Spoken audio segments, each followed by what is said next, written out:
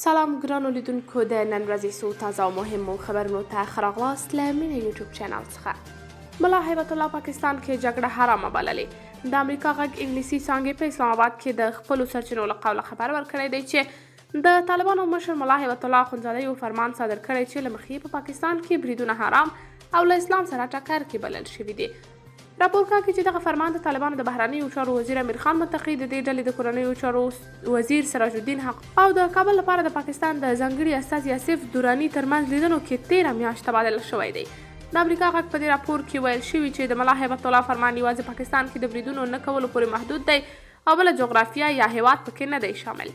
په راپور کې همداشان راغلي طالب مشرانو پاکستاني لوري ته ویلي چې ملا هیبت الله دغه فرمان چې خپلو امنیتي ارګانونو او استخباراتي ادارو سره یې هم شریک کړی دی. دا په داسې حال کې ده چې د طالبانو د دفاع وزیر ملا محمد یعقوب مجاهد هم په یوه تازه غږیز پیغام کې خپلو جنګیالیو ته خبرداری ورکړی دی چې له افغانستانه به هر څوک د جهاد لپاره نه ځي ځکه دا چاره په جګړه کې حسابیږي. ټي ټي پي په افغانستان کې د دوی د موجودیت په اړه د مولانا فضل الرحمن ادعا رد کړه. د تحریک طالبان پاکستان ټي ټي پي په یوه اعلامیه کې د پاکستان د جمعیت علماء اسلام ګوند د مشر مولانا فضل الرحمن هغه ادعا رد شوی چې ګواکې ټي ټي پي په افغانستان کې حضور لري. په دې اعلامیه کې چې د ټي ټي پي ویان محمد خراساني خپره کړه راغلی چې د پاکستان چارواکي او سیاستوال په داسې خبرو پر خپلو ناکامیو پرده اچول غواړي. فضل الرحمن چې څو ورځې مخکې یې د پښتونخوا په باجوړ کې پلویانو پر غونډې د ځانمرګي برید له امله تر 500 زیات کسان ووژل شول او تر 200 نور ټپیان شول. په یو وینا کې ویل چې ناامنۍ جوړونکي ډلې په افغانستان کې پټن ځایونه لري. هغه دا هم وویل چې د پاکستان حکومت باید په افغانستان کې د طالبانو له حاکم رژیم څخه د دغو ډلو پر وړاندې د اقدام غوښتنه وکړي. مجاهد وایي له طالبانو سره د امریکایانو په ګډون یو شمېر بهرني وګړي بندیان دي. د طالبانو حکومت تایید کړی چې د امریکایانو په ګډون یو شمېر بهرني وګړي د امنیت په ګډون په بېلابېلو تورونو له دوی سره بندیان دي. د حکومت ویان ذبیح الله مجاهد له طلوع نیوز خصوصي تلویزیون سره په خبرو کې ویلې د دې بهرنیو وګړو د برخلیک په اړه پرېکړه به د طالبانو سرپرست حکومت وروسته له هغه وکړي چې د هغو د قضیو په اړه تحقیقات پای ته ورسیږي. مجاهد د تورونو بهرنیو وګړو شمېر ونه ښوده خو زیاته یې کړه چې دا کسان به په هغه صورت کې چې جرم ونه لري خوشي شي. تر دې مخکې امریکایي چارواکو ویلي وو چې پر طالبانو فشار راوړو چې بندیان مو خوشي کړي. ولایت په ځاځي میدان ولسوالۍ کې پرون شاوخوا 200 کسان د خیرات ډوډۍ له خوړلو وروسته مسموم شول.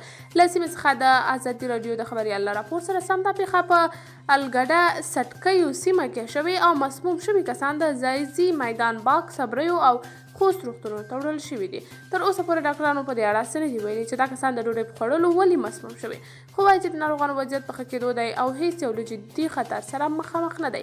د ځاځي میدان ولسوالۍ د امنیه قمندانۍ ویاندوی مستغفر ګربوز ویلي چې د پیښې په اړه یې پلټنې پیل کړي دي. قریشي وایي د عمران خان ژوند په خطر کې دی. د پاکستان د بهرنیو چارو پخواني وزیر او د تحریک انصاف ګوند مرستیال شاه محمود قریشي یکشنبه ناوخته په یو ویډیو کې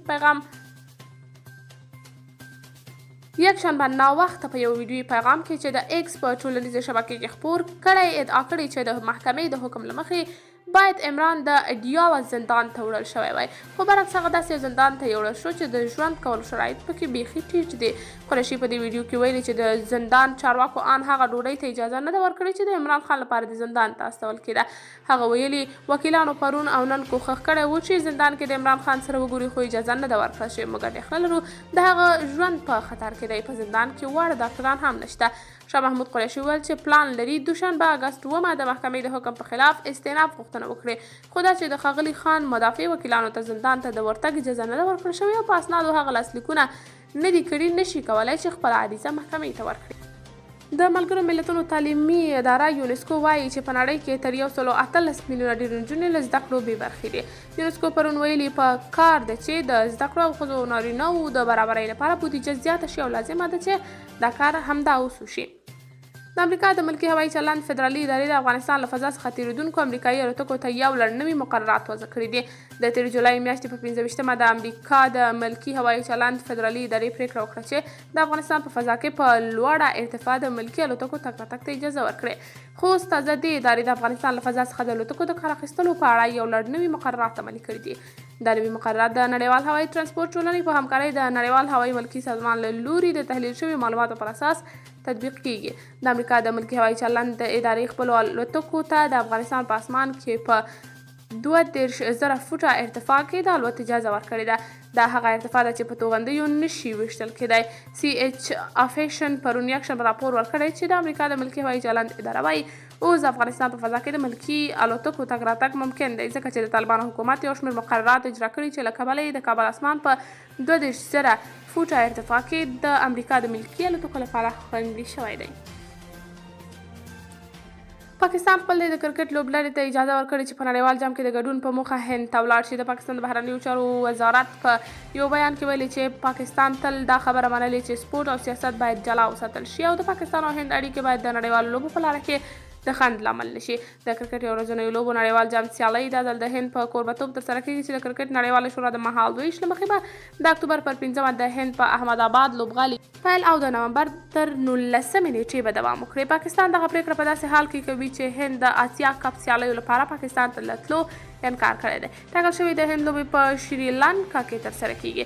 د پاکستان حکومت هم د خپلې لوبډلې د امنیت په اړه اندېښنه څرګنده کړې او هیله یې ښودلې چې د دوی لوبډلې ته دې په هند کې بشپړ امنیتي خوندیتوب ورکړل شي.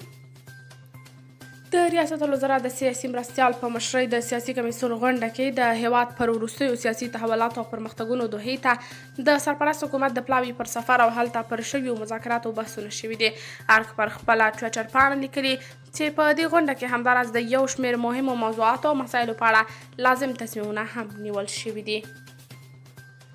وروستی خبر دا چې په دمشق د اسرائیل هوایي برید کې 4 کسان وژل شوي دي. سوریه وايي اسرائیلي ځواکونو د دغه هیواد پلازمینه دمشق کې توغندي تازه برید کړی دی.